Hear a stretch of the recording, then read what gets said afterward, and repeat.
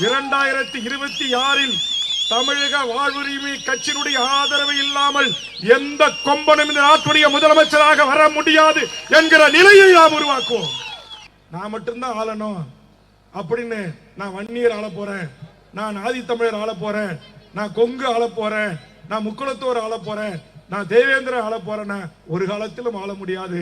தமிழ்ச்சாதிகள் ஆகிய நாம் அனைவரும் ஒரு குடையின் கீழ் நின்று இந்த மண்ணை ஆள்வதற்காக உருவாக்கப்பட்ட அரசியல் கட்சி தான் தமிழக வாழ்வுரிமை கட்சி. கட்சியுடைய முன்னணி நிர்வாகிகள்லாம் இன்னைக்கு இருக்காங்கல்ல, இவங்க எல்லாம் வரும்போது நான் அவங்க கிட்ட சொன்னேன், 10 ஆண்டு காலம் என்னோடு சேர்ந்து பயணிங்க. 10 ஆண்டு காலத்தில் தமிழக வாழ்வுரிமை கட்சி தமிழக சட்டமன்றத்தில் தனித்த முத்திரையை பதிக்கும் என்று சொன்னேன்.